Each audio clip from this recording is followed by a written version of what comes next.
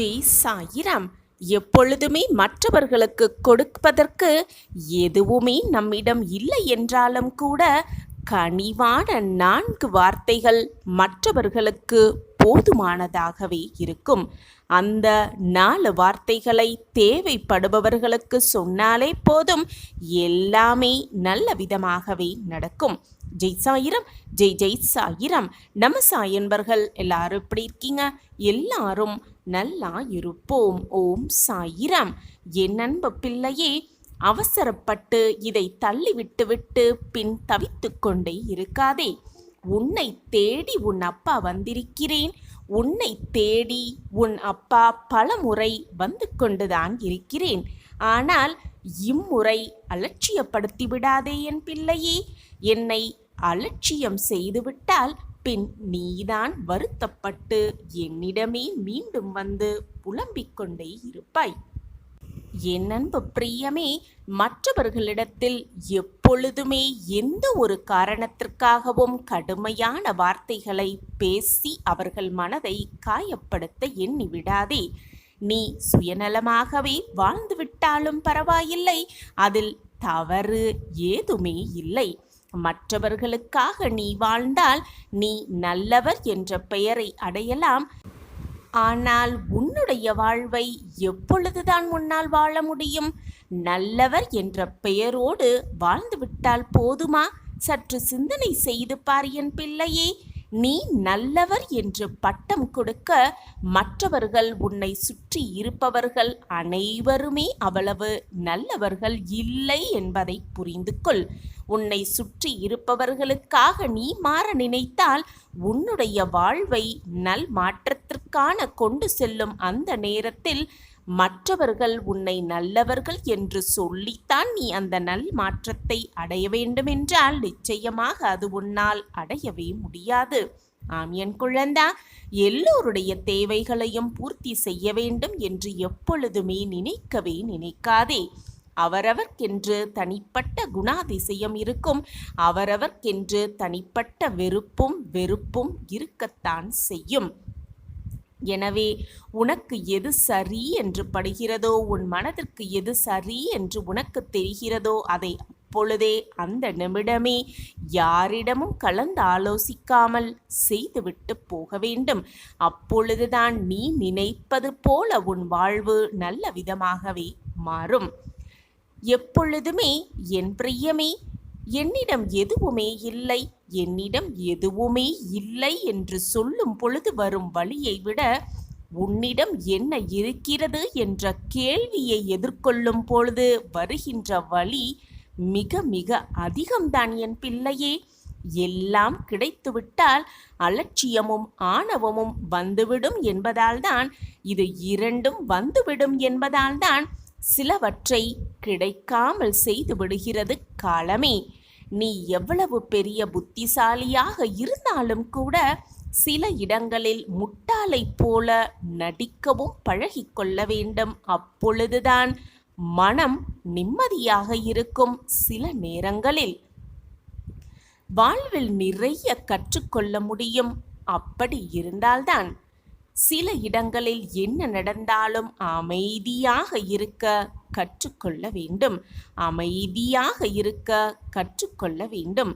என் அன்பு பிரியமே, உன்னுடைய பேச்சுக்கு மதிப்பே இல்லாத இடத்தில் அமைதியாக இருப்பது சிறந்ததுதானே? நான் கூறுவது சரிதானே என் பிரியமே? என் அன்பு குழந்தா, அகத்தின் அழகு முகத்தில் தெரியும் என்பது உண்மைதான். ஆனால் உன்னுடைய குணத்தின் அழகு நீ செய்யும் செயல்களில் கண்டிப்பாக தெரியும் என் பிரியமே. உன்னை தூசி என்று நினைப்பவர்களிடம் நீ தூசியாகவே இருந்து விடுவதில் தவறு என்றும் கிடையவே கிடையாது. அவர்கள் கண்களில் படும் பொழுதெல்லாம் கண் கலங்குவார்கள் அந்த தூசியினால்தான். அவர்கள் கண் கலங்கும்படி நீ வாழ்ந்து காட்டுவதுதான் அவர்களுக்கு கொடுக்கும் தக்க பதிலடியாகவே இருக்கும். ஏன் உன்னை தூசி என்று நினைத்தோம் என்று அவர்கள் வருந்தும்படி நீ வாழ்வதுதான் அவர்களுக்கு கொடுக்கும் தக்க பதிலடியாகவே இருக்கும். என் அன்பு பிரியமே, மற்றவர்களுக்காக உன் மனம் விரும்பும் அந்த நல்லவர்களுக்காக இறைவனிடம் முறையிடும் பழக்கத்தை நீ வளர்த்து கொண்டால், அந்த பழக்கத்தை நீ வளர்த்து கொண்டால் உனக்காக நீ இறைவனிடம் எதற்காகவும் முறையிட தேவையே இருக்காது.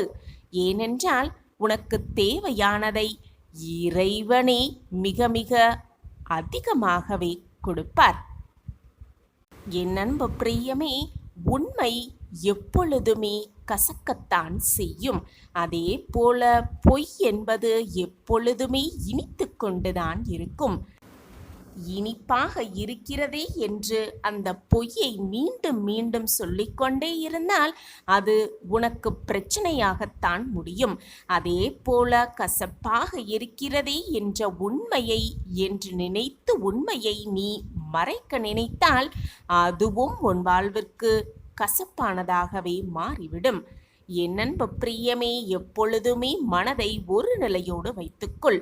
தேவையில்லாத பிரச்சனைகளை மனதில் போட்டு குழப்பிக்கொண்டே இருக்காதே. எது நண்டாலும் பார்த்துவிடலாம், எது வந்தாலும் பார்த்துவிடலாம் என்ற நம்பிக்கை எண்ணம் உன்னிடத்தில் இருந்தாலே போதும். எல்லாமே உனக்கு சுகமானதாகவே நடக்கும்படி நான் பார்த்து கொள்கிறேன். எப்பொழுதுமே உனக்கு வரும் அவமானங்களை நினைத்து நினைத்து அழாமல் இருந்தாலே போதும். எல்லாமே உனக்கு நல்ல விதமானவாகவே நடக்கும்படி நான் பார்த்து கொள்கிறேன். உன்னை படைத்த இறைவனுக்கு மட்டுமே அனைத்தும் தெரிந்தால் போதும், அனைத்தும் புரிந்தால் போதும். தகுந்த நேரம் வரும் வரை பொறுமையோடு காத்திரு. உனக்கானதை யார் மூலமாகவோ உன்னிடம் கொண்டு வந்து சேர்க்கும் வேலையை உன் சாயப்பா நான் ஏற்றிருக்கும் பொழுது நீ தேவையில்லாத பயத்தை உன் மனதில் நிரப்பிக் கொண்டிருப்பதை நிறுத்திவிடு. நான் இருக்கிறேன் அனைத்திற்கும் சாட்சியாக. என்ன கேட்டாலும் என்ன படித்தாலும் என்னதான் நடந்து கொண்டாலும் உனக்கு புரிவதும் புரியாமல் இருப்பதும் என்னுடைய கருணையால் தான் என்பதை புரிந்து கொள். அப்படி நீ புரிந்து கொண்டாலும் அறிந்து கொண்டாலும் யார் மூலியமாக அறிந்து கொண்டாலும் கூட அடுத்தது நீ என்ன செய்வாய், என்ன யோசிப்பாய், என்ன சிந்தனை செய்து உன் வாழ்க்கையில் நீ நகர்த்துவாய் என்பதும் எனக்கு மிக மிக நன்றாகவே தெரியும். சில விஷயங்களை நான் உனக்கு தெரிவிக்கிறேன், சில விஷயங்களை, சில குழப்பங்களை நான் உனக்கு தீர்த்து வைக்கின்றேன். அது மட்டுமல்லாமல் உனக்கு புரியாத பல விஷயங்களை நான் உனக்கு புரிய வைக்கின்றேன். உன்னை சுற்றி இருப்பவர்கள் யார் நல்லவர்கள், யார் தீயவர்கள், யார் உன்னிடம் உண்மையாக இருக்கிறார்கள், யார் நடித்து கொண்டிருக்கிறார்கள் என்பதையும் நான் உனக்கு தெள்ள தெளிவாக காட்டிக் கொண்டிருக்கிறேன். கஷ்டங்கள், துரோகங்கள், வஞ்சனைகள், மாயைகள் என்று அனைத்திலிருந்தும் உன்னை நான் காப்பாற்றிக் கொண்டும் இருக்கிறேன். ஆனால் ஒரு சில ரகசியங்கள் ரகசியங்களாகவே இருந்துவிட்டு போகட்டும். அதை தெரிந்து கொள்ள வேண்டும் என்று நீ முற்பட்டால் அந்த ரகசியம் உனக்கு புரியாமலேயே போய்விடும். அந்த ரகசியங்கள் ரகசியங்களாகவே இருந்தால்தான் உன் வாழ்க்கைக்கு அது சரியானதாகவே இருக்கும்.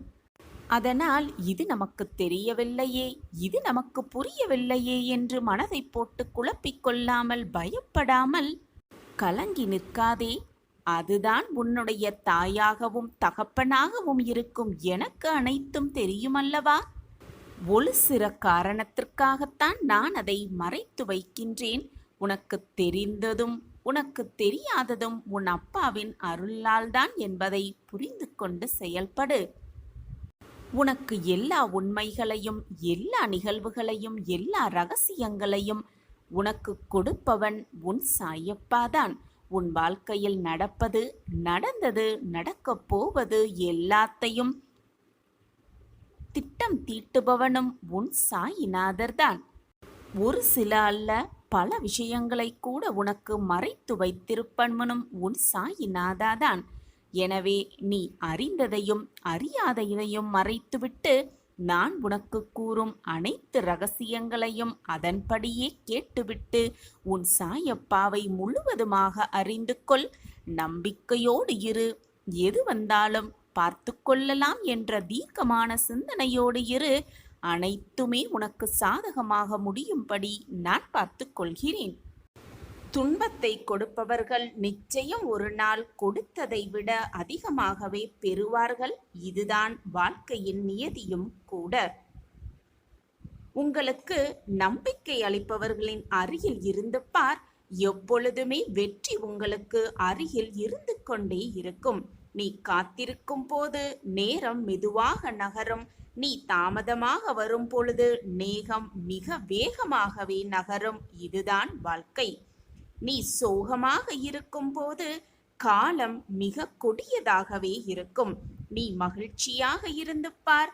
காலம் மிக அற்புதமானதாகவே இருக்கும். மிக மிக அற்புதமானதாகவே இருக்கும். நீ வழியில் இருக்கும் பொழுது காலம் முடிவுற்றது. நீ சலிப்படையும் பொழுது நேரம் நீண்டு கொண்டே இருக்கும். உன் உணர்வுகள் மற்றும் உன் நிலைகளால் தான் காலம் தீர்மானிக்கப்படுகிறது என்பதை மிக தெளிவாக புரிந்து கொள். அப்பொழுது வாழ்க்கையை புரிந்து கொள்ளலாம்.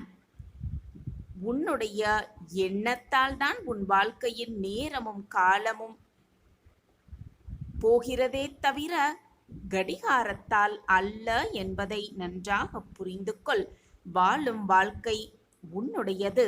அதில் ஒவ்வொரு நொடியையும் உங்களுக்கென்று பயன்படுத்திக்கொள். ஒவ்வொரு நொடியையும் சந்தோஷமாகவும் நிம்மதியாகவும் பயன்படுத்திக்கொள். உன்னுடைய சிந்தனை முழுவதுமே சாயிநாதர் மேல் வை. உனக்கிருக்கும் பிரச்சனைகள் மேல் உன்னுடைய கவனத்தை திசை திருப்பாதே. நீ அப்படி சோகங்களையும் கஷ்டங்களையும் வேதனைகளையும் நினைத்து கொண்டிருந்தால் உன்னால் முழுவதுமாக என்னை பார்க்க முடியாது.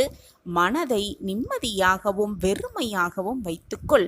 தேவையில்லாத பிரச்சனையை மனதில் போட்டு குழப்பிக் கொண்டிருப்பதால் தான் இவ்வளவு வேதனைப்படுகிறாய் என்பது உன் சாயப்பாவிற்கு நன்றாகவே தெரியும். உன்னை வேதனைப்படுத்தியவர்கள், உன்னை காயப்படுத்தினவர்கள், உன் மனதை ரணமாக்கி சென்றவர்கள், உன்னை வேண்டாம் என்று உதறி சென்றவர்கள், இப்படி யாராக இருந்தாலும் நீ எப்படி வாழப்போகிறாய் என்று பார்த்து கொண்டிருப்பவர்களுக்கு மத்தியில் பிரம்மாண்டமாக மிக வெளிச்சமான வாழ்க்கையை வாழ்ந்து காட்டினால்தானே அவர்களுக்கு நீ கொடுக்கும் நல்ல பதிலடியாக இருக்கும்.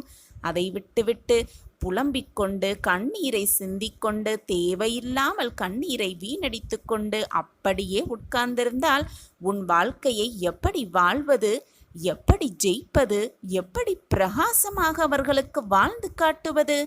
எப்பொழுதுமே நான் மட்டும் தனியாக நிற்கிறேன், தனியாக போராடிக்கொண்டே இருக்கிறேன், தோள் கொடுக்க கூட எனக்கு யாருமே இல்லை, எனக்கு வெற்றி கிடைக்குமா என்று கேள்விக்குறியோடே நோக்காதே.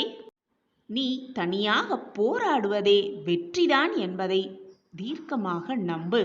இதைவிட பெரிய வெற்றி வேறு என்ன இருக்கப் போகிறது? மற்றவரின் பாதையை எப்பொழுதும் பின்பற்றாதே. ஏனென்றால் அது மற்றவர்களுடைய பாதை. உனக்கு என்று ஒரு பாதையை வடிவமைத்து அந்த பாதையில் சென்று கொண்டே இரு. எந்த தடைகள் வந்தாலும் முன்னேறி கொண்டே இரு. நீ தடுமாறி விழும் சமயத்தில் உன்னை தூக்கிவிட உன் அப்பா நான் தான் காத்து கொண்டிருக்கிறேன் என்று சொல்லிக்கொண்டே இருக்கிறேனே. பின் ஏன் உன்னுடைய பாதையில் தனியாக நடக்க நீ பயப்படுகிறாய்? உனக்கு முன்னால் உனக்கு வழிகாட்டியாகவும் உனக்கு பின்னால் உனக்கு பாதுகாவலனாகவும் உன் சாயப்பா வந்து கொண்டே இருக்கிறேனே.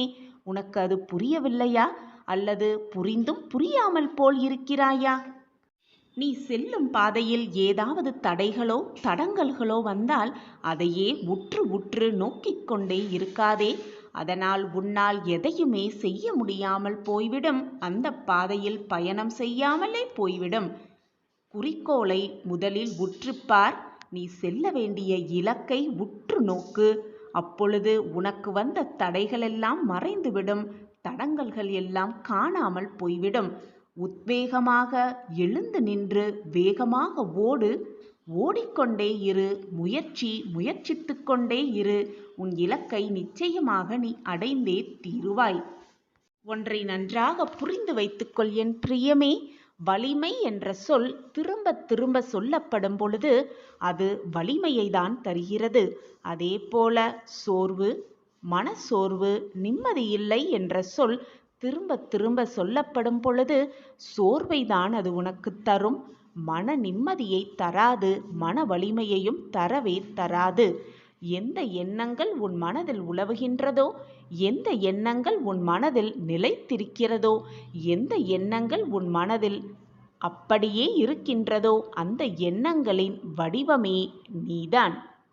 என் பிரியமே, வரலாற்றில் வெற்றி பெற்றவனும் இடம்பெற முடியும், தோல்வி அடைந்தவனும் இடம்பெற முடியும். ஆனால் வேடிக்கை பார்ப்பவனால் ஒருபோதும் இடம்பெறவே முடியாது. நீ வெற்றி பெற்றவனாக இரு அல்லது தோல்வி அடைந்தவனாக இரு, எப்பொழுதும் வேடிக்கை மட்டும் பார்த்து கொண்டே இருக்காதே. இது உன் வாழ்விற்கு நல்லதல்ல. நீ வாழ்க்கையில் செல்ல வேண்டிய இலக்கையும் உன்னால் நிச்சயமாக அடையவே முடியாது. எனவே வெற்றி தோல்வி எது வந்தாலும் சரிசமமாக எடுத்துக்கொள். வெற்றி வந்துவிட்டால் மகிழ்ச்சியாக இரு, தோல்வி வந்துவிட்டால் அது வெற்றிக்கான முதல் படி என்று எடுத்துக்கொண்டு அடுத்த அடியை எடுத்து வைத்து கொண்டே இரு. எப்பொழுதும் மறந்தும் கூட உன் அடியை பின்னோக்கி ஒரு அடி கூட எடுத்து வைக்க எண்ணாதே, முயற்சிக்கவும் செய்யாதே. சோதனைகள் வந்து கொண்டே இருக்கிறதே, எனக்கு மட்டும் வாழ்க்கையில் துன்பங்கள் நிலவிக் கொண்டே இருக்கிறதே, அடுத்து என்ன பண்ண வேண்டும் என்ற ஒரு வழி கூட என் கண்களுக்கு தெரியவில்லையே, இந்த வாழ்க்கையை நான் எப்படி வாழ்வது என்று புலம்பாதே, கண்ணீர் சிந்தாதே. காலையில் அதிகாலையில் கூட்டிலிருந்து புறப்படும் பறவைக்கு இரை இறக்கும் இடம் தெரிந்தா அது பறக்கிறது? இறப்பதற்கு வேண்டுமானால் ஒரே ஒரு நொடி துணிச்சல் போதுமானதாகவே இருக்கும். ஆனால் வாழ்வதற்கு ஒவ்வொரு நொடியும் துணிச்சல் இருக்க வேண்டும். அப்பொழுதுதான் தைரியமாக தன்னம்பிக்கையோடு உனக்கு கிடைத்திருக்கும் இந்த வாழ்க்கையை நீ வாழ முடியும். உனக்கான பாதையை முதலில் கண்டுபிடி. அந்த பாதையில் உன் பயணத்தை மேற்கொள். உனக்கான வெற்றி நிச்சயமாக உனக்கு உண்டு என் குழந்தையே. விடியும் வரை நமக்கு தெரிவதில்லை நாம் காண்பது கனவுதான் என்று. அதுபோலத்தான் வாழ்க்கையே முடியும் வரை நமக்கு தெரிவதும் இல்லை, புரிவதும் இல்லை வாழ்க்கையை எப்படி வாழ வேண்டும் என்று. பேராசை முடிகின்ற இடத்தில் மகிழ்ச்சி துவங்க ஆரம்பிக்கிறது. புன்னகை துவங்கும் இடத்தில் வாழ்க்கையும் துவங்க ஆரம்பிக்கிறது. அதே போல அன்பு எங்கெல்லாம் இருக்கிறதோ அங்கெல்லாம் அனைத்துமே கிடைக்கின்றது. உப்பையும் உறவையும் அதிகமாக எடுத்தால் உணவும் சரி உறவும் சரி கசந்துதான் போய்விடும். எனவே எதையுமே அதிகமாக யோசிக்காதே. கிடைத்திருக்கும் இந்த வாழ்க்கையை எப்படி நிம்மதியாகவும் மகிழ்ச்சியாகவும் வாழ வேண்டும் என்பதில் மட்டுமே உன் சிந்தனையை செலுத்து. மிகப்பெரிய மாற்றம் உன்னை தேடி வரும். இதற்கு உன் சாயப்பா தான் சாட்சி. என் அன்பு குழந்தையே, புதைக்கப்பட்ட விதைக்கு கூட எதிர்காலம் உண்டு. வெட்டப்பட்ட மரங்கள் கூட மீண்டும் வளர்வது உண்டு. ஆனால் வெறும் தோல்விகள் கண்டு சோர்ந்து போனால் உன் வாழ்க்கையை யார் வாழ்வது குழந்தையே? உன் வாழ்க்கையை நீதான் வாழ வேண்டும். வேறு எவராலும் உன்னுடைய வாழ்க்கையை வாழவே முடியாது. உனக்கு கிடைத்திருக்கும் இந்த பொக்கிஷமான வாழ்க்கையை சந்தோஷமாக வாழு. முயற்சி செய்து கொண்டே இரு. எந்த தடைகள் வந்தாலும் அதை தகர்த்து எறிந்துவிடு அல்லது தவிர்த்து விட்டு சென்று விடு. உன் வாழ்வு எப்பொழுதும் உனக்கு இன்பமயமாகவே இருக்கும். உனக்கு துணையாக உன் அப்பா நான் இருக்கிறேன் என்று மீண்டும் மீண்டும் உனக்கு வலியுறுத்தி கொண்டே இருக்கிறேனே. ஏன் உன் மனதில் இத்தனை போராட்டமும் இத்தனை குழப்பமும்? எதற்குமே அஞ்சாதே, பயப்படாதே, குழம்பாதே, கண்ணீர் சிந்தாதே. நான் தான் இருந்து கொண்டே இருக்கிறேனே உன் அருகில். நீ என் மேல் வைத்திருக்கும் உண்மையான அன்பிற்கும் பாசத்திற்கும் நான் எவ்வளவு வேண்டுமானாலும் செய்வேன். நீ நினைப்பதை விட அதிகமாகவே உனக்கு வழங்கிக் கொண்டே இருப்பேன். நான் உன்னுடைய தந்தை தாய் அனைத்துமாக இருந்து எப்பொழுதுமே உன் வாழ்க்கைக்கு தேவையான அனைத்தையும் யோசித்து யோசித்து செய்து கொண்டுதான் இருக்கிறேன். என்னை வெறும் கடவுளாக பார்க்காதே, உன் தகப்பனாக பார், உன் தாயாக பார். என்னோடு பேசு. உன் பிரார்த்தனைகளை என்னிடம் சமர்ப்பித்து விடு. உனக்கு வேண்டியதை அள்ளி அள்ளி கொடுக்க உன் சாயப்பா நான் இருக்கிறேன். உள்ளே இருந்து உன்னை இயக்குபவனும் நானே. நீ மற்றவர்களுக்காக என்னிடம் வந்து பிரார்த்தனை செய்யும் பொழுது உன்னுடைய நல்ல எண்ணம் எனக்கு நன்றாகவே புரிகிறது. உன்னுடைய மனமும் என்னால் புரிந்து கொள்ளவும் முடிகிறது. கேட்காமலேயே அனைத்தையும் செய்யும் உன் சாயப்பா நீ என்னிடம் வந்து கேட்ட பிறகும் மற்றவர்களுக்காக அதுவும் கேட்ட பிறகும் உனக்கு கொடுக்க வேண்டியதை நான் கொடுக்காமல் இருப்பேனா? அல்லது நீ வேண்டி விரும்பியதை நான் நிறைவேற்றாமல் இருப்பேனா? உன்னுடைய எண்ணங்கள் தான் உன் வாழ்க்கையாகவே மாறும். உன் எண்ணத்தை நீ மாற்ற வேண்டுமென்றால் முதலில் உன்னுடைய வாழ்க்கையை மாற்று. வாழ்க்கை நடைமுறையை மாற்ற பழகு. உன் எண்ணம் தானாகவே மாறிவிடும். உன் வாழ்க்கையும் தானாகவே மாறிவிடும். உனக்கான நல்லது நடக்கத்தான் போகிறது. அதை நடத்தி வைப்பதற்காகவே நான் உன் இல்லத்திற்கு வந்திருக்கிறேன். இப்பொழுது இந்த பதிவு உன் கண்கள் பட்டிருக்கிறது என்றாலே உனக்கான ஒவ்வொரு நல்லதும் ஒவ்வொன்றாக நிகழப்போகிறது, அருகில் வந்துவிட்டது என்று அர்த்தம்தான். உன்னுடைய விதி மாறும் நேரம் வந்துவிட்டது. உன்னுடைய விதி மாறும் சமயம் வந்துவிட்டதால் தான் இந்த பதிவு உன் கண்களில் பட்டிருக்கிறது. இனி நீ நினைத்தபடி நீ நினைக்காதபடியும் உன் வாழ்க்கை மாறப்போகிறது. நீ நினைத்தபடியும் உன் வாழ்க்கை மாறப்போகிறது. உனக்கு என்ன தேவை என்பது உன் சாயப்பாவிற்கு உன்னை விட நன்றாகவே தெரியும். உனக்கு எப்பொழுது எதை கொடுத்தால் நீ மகிழ்ச்சியாக இருப்பாய் என்பதும் எனக்கு நன்றாகவே தெரியும். எனவே சந்தோஷமாக இரு. உனக்கான வாய்ப்பு, உனக்கான நல்ல மாற்றங்கள், உனக்கான நல்ல வாழ்க்கை காத்து கொண்டிருக்கிறது. இது சர்வ நிச்சயமாக நடக்கும். இது உன் சாயப்பா உனக்காகவே கொடுக்கும் சத்திய வாக்குதான்.